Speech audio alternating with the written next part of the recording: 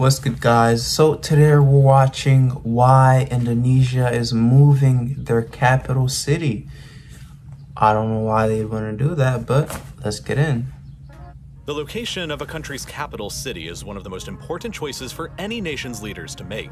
They contain important government facilities, offices, and headquarters, and usually contain the primary residence of the nation's leadership. The capital city is basically the brain of a country, and choosing the location of where you want to place your brain is, of course, a highly strategic choice. Most often, the best location for a capital city is somewhere that can be easily defended, and from where you can exert control and project unity over the rest of the country. Capitals need to be seen as representative of the entire nation, and be easily accessible to the largest number of people possible. And for all those reasons, capitals are most often built within the center of a country. But sometimes, the choice of an old location ends up, eventually, just not working out. For example, in 2005, Myanmar moved their capital city away from Old Yangon, the largest city in the country, and towards Nay Pyi Da, more than 300 kilometers to the north. This was done because Nay Pyi Da is more centrally located within the country than Yangon was, and it was also a transportation hub located right next to three chronically turbulent and rebellious states. And so it was felt that the presence of the capital and the military so nearby would help to improve the region's stability. And further, it was ruled that the old capital of Yangon was simply more vulnerable to climate disasters since it was located directly on the coast, as was showcased in 2008 when a cyclone smashed directly into it and destroyed 3/4 of the city's infrastructure.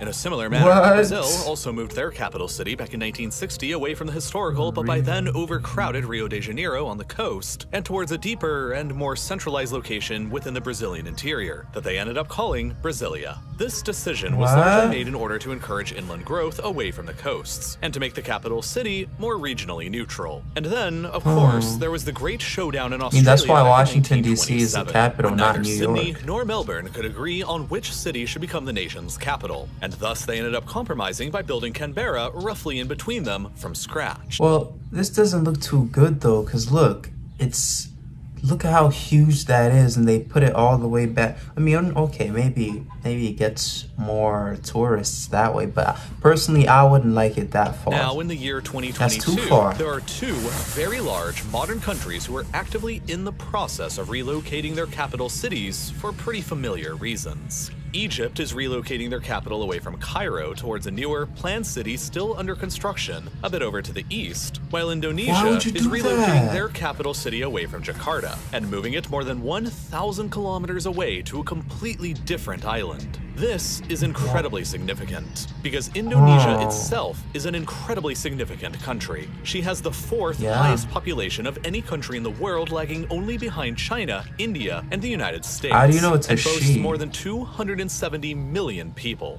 For such a large country, however, Indonesia is rather unique because while China, India, and the United States are all major and generally contiguous continental powers, Indonesia is really about 17,000 totally.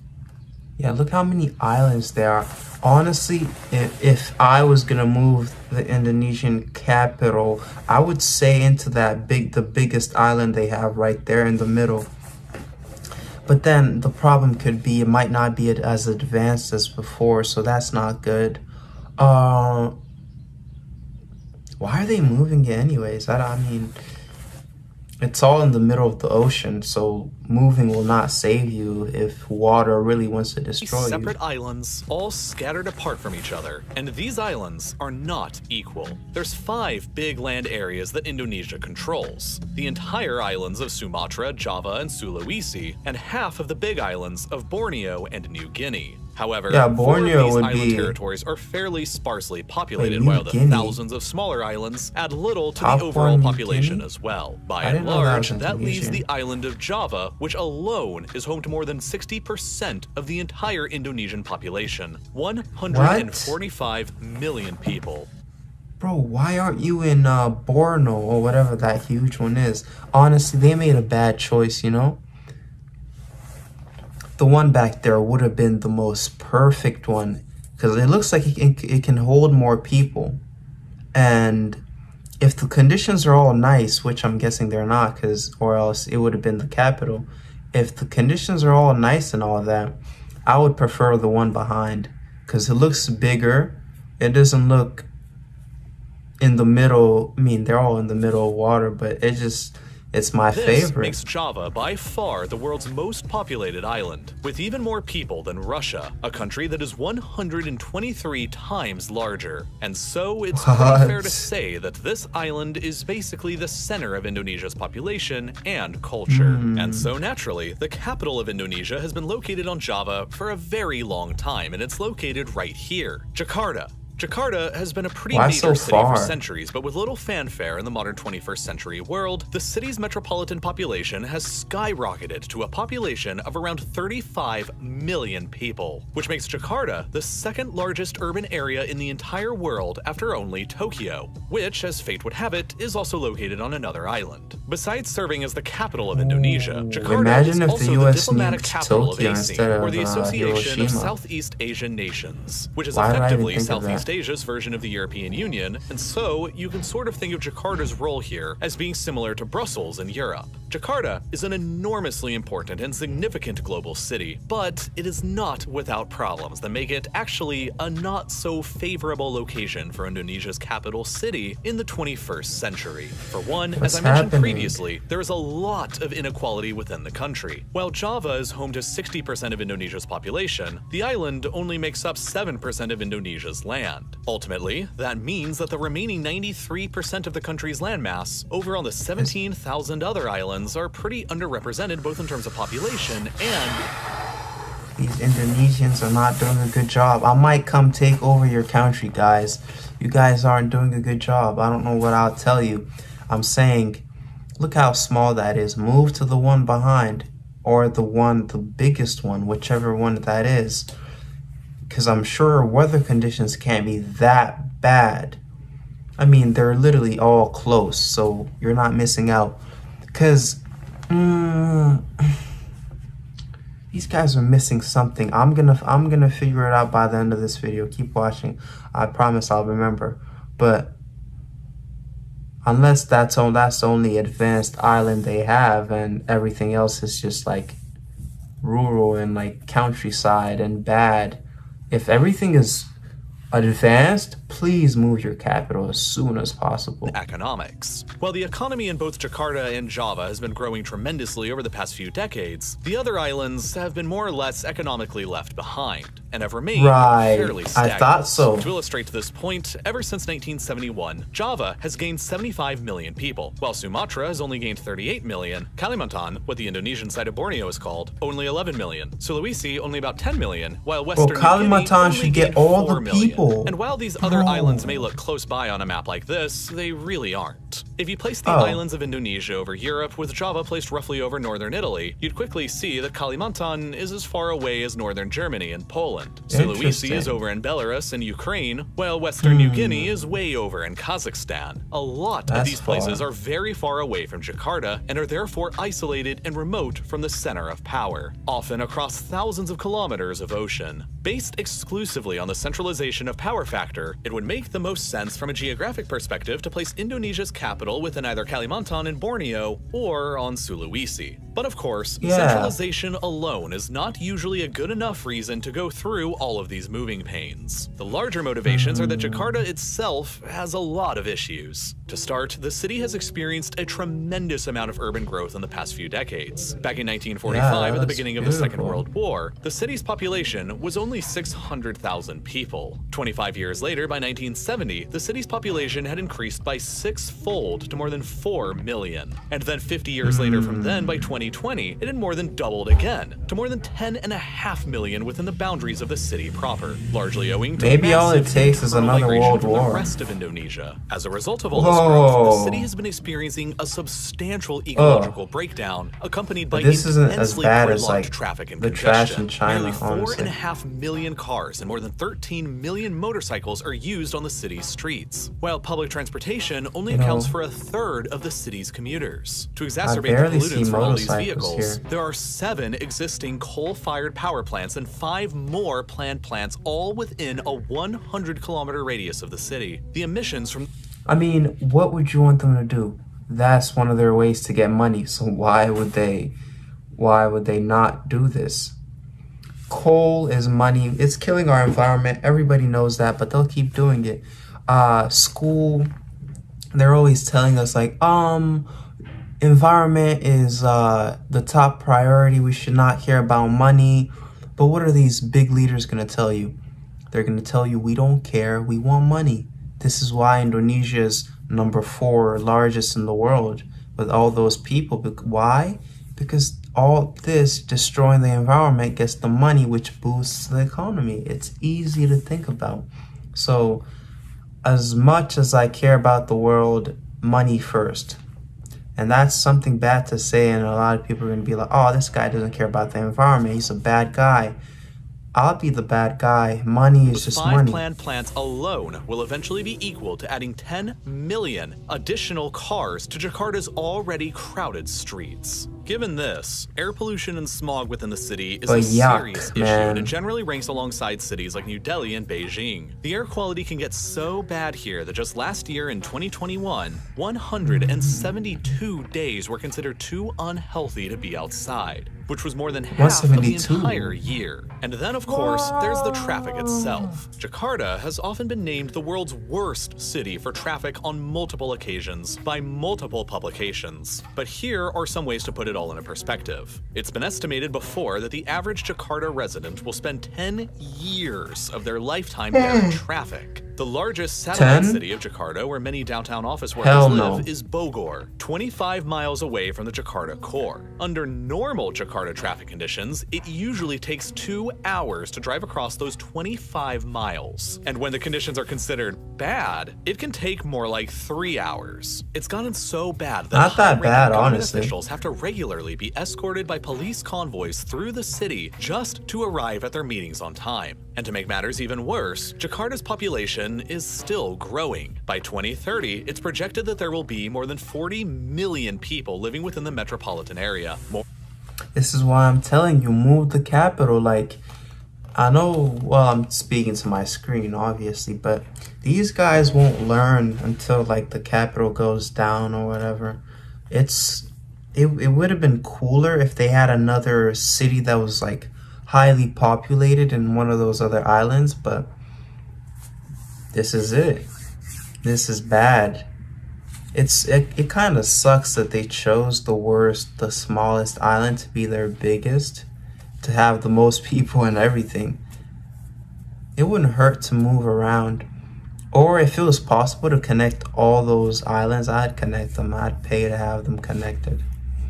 But still, I want Kumalapa or whatever, Kumala, something, whatever that island was called. I want that to be the entire population of Canada and causing it to surpass even Tokyo to become the world's newest, largest city. But out of all of Jakarta's many problems, it's water that is the most severe. As with many coastal cities across the world, Jakarta is not unique in dealing with the threat of rising sea levels. But Jakarta's specific situation is rather unique because on top of dealing with sea levels rising, the city is simultaneously sinking. Jakarta's sinking problem is very similar to both Mexico City and Venice, both of which I've made videos about in the past, but this is the gist. Just like both of those cities, Jakarta was established within a swampy environment many centuries ago before the needs of modern cities were at all understood. 13 rivers flow through the city which used to provide ample fresh water, but now they're all wildly polluted and currently unusable for drinking water. Jakarta does have a series of water pipes, but they only reach about 60% of the population, and they're all highly concentrated in the more wealthy areas of South and Central Jakarta. As for the millions of other people who don't have any access, ground pumping is basically the only means of obtaining any fresh water for themselves. Oh, I did this before. I did that before, and sometime in my lifetime. Above will continue to compact and sink. And it doesn't help that nowadays there are dozens of massive and heavy concrete and steel skyscrapers across the city's surface, adding even more weight and pressure, pushing down onto the fragile soil below. As a result of all these contributing factors, the entirety of Jakarta is now sinking into the ground by about 1 centimeter a year. But there are some areas. Okay, well, it's sad. And to make matters worse, you can't really make this any better, because when you're in the middle of, when you're surrounded by water, like, I mean, there's water everywhere. We're surrounded by water. Everybody is. But you're an island. You're literally in the middle of the water. It's like a fish, a little goldfish, and then a shark is spinning around it. That's how all these islands are. So it's just gonna take one day, boom, it all gets submerged in water. And I wish the best for Indonesia. I don't want anything bad to happen, but you're in cold water right here. This is bad. Seeing as much as 25 centimeters of sinkage a year. Can they find something to suck all this water?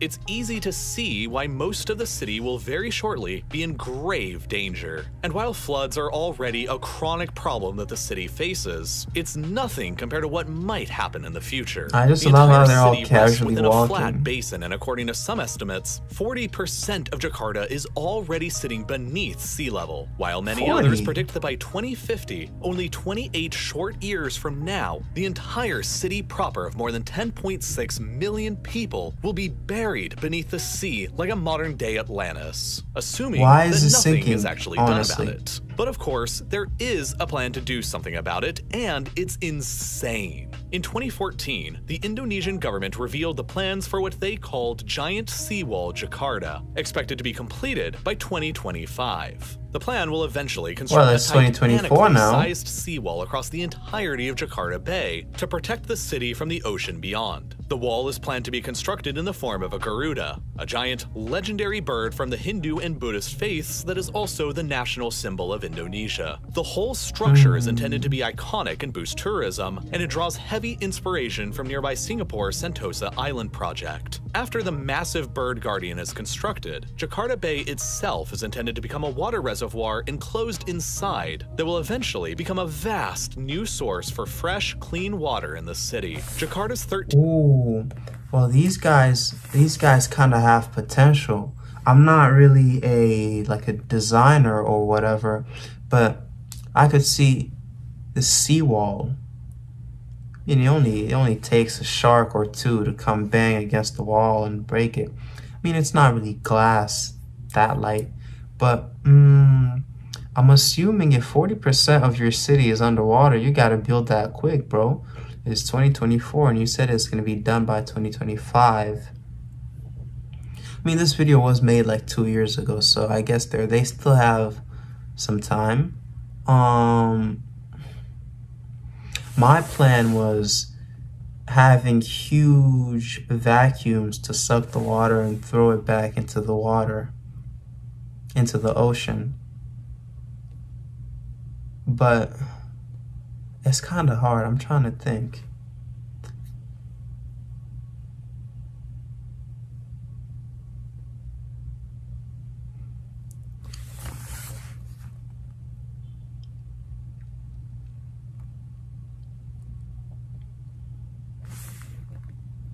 But then it's hard to just, it's like you're in a ship and your ship is sinking. You grab a bowl of water, you're getting the water, you're pouring it back into the ocean, but more water is coming, so you're gonna die either way. That's how I see this wall. So I don't know, I just is there any holes that are getting this water into the city? Just cover those, or just make it a water city like Atlantis.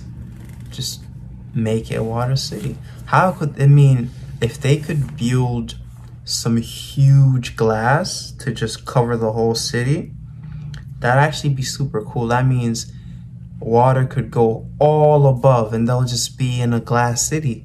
That'd be so cool, honestly. It'd be nice if it drowned and then they did that. I want to see something like that in the future. Rivers that all flow into the bay today are all planned to be cleaned up and cleared of pollution in order to keep their currently polluted outflows from transforming the bay into a stagnant cesspool. Meanwhile, the giant seawall itself is intended to become a new center of Jakarta's urban development, complete with housing, roads, and railways that connect back to the mainland that should all be capable of hosting a new population. We should normalize making people. submarine The whole project is expected to carry a steep price tag fake of about islands. $40 billion, and it hasn't come without controversies. For one thing, it would require the eviction of many nearby residents and the seizing of private lands along the coast, something that many locals depend upon for their livelihoods. Further, there are fears that if the wall were to ever fail because of something like a terrorist attack or some unforeseen black swan event, that the subsequent flooding would be catastrophic and probably end up destroying the city anyway in the future when sea levels are higher. This all means that the wall will end up being a critical security weak point that Indonesia would have to defend at all costs. And then there are many environmental concerns about building the wall to just heap on top of everything else. So with all of these negative factors going against Jakarta, and the obvious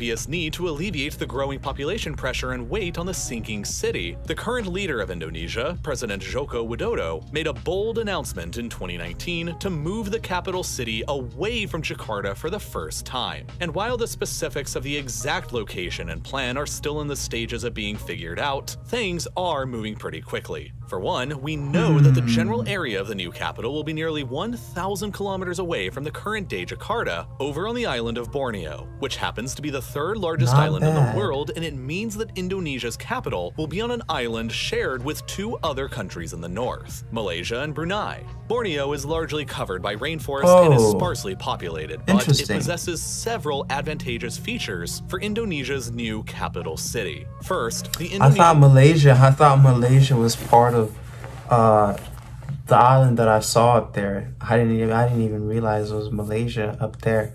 But that's kind of bad in a way, because that's where the president will be, next to those guys. So what if one day they just want an invasion? They want to just take over the whole thing. I mean, they're on good terms so far, but okay, now my ideas are kind of shifting a little bit, because that's just like putting the president in a box and then putting him underneath the ocean, and sharks are just circling behind it or around it. Ooh, this is kind of cool. This is getting better. Large part of the land over on their side of the border, making it easy to build a brand new planned capital city. Compared with Jakarta, the risk of disasters here are rather minimal, whether it be from floods, earthquakes, tsunamis, or especially from volcanoes. Indonesia's geography is dominated by volcanoes, and many of their eruptions in the past across the archipelago have been some of the most destructive disasters in all of human history. So as long as it's not close to the capital, it's fine. Eruptions ever in recorded human history both took place in Indonesia, at Krakatoa in 1883 and at Mount Tambora in 1815, both of which caused enormous destruction. 74,000 years ago, the Toba supervolcano erupted on Sumatra and was so destructive. I wonder how hot that is. I want to put that on my end at some point. And may have almost led to the early extinction of the entire human species. Today, there are at least 127 active volcanoes across the country, and more than 5 million Indonesians live within their danger zones. But if you know— Wait, then move to that? I'm literally telling you guys, move. Man, if the Indonesian president should just watch this video and just listen to me, bro. I'm telling you, a lot of people have probably said this. The island back there close to Malaysia is the safest bet. You literally have nothing to lose, and I'm sure it doesn't flood like regular. And if it was possible, why not build a floating city? You know, a floating city would actually be cool. If it's not impossible, like a floating island that moves, because these islands move, or I don't know if they move, but if you have a floating island, it's powered by something. I know it wouldn't sink, because it'd always be floating, and you can move it places if you wanted.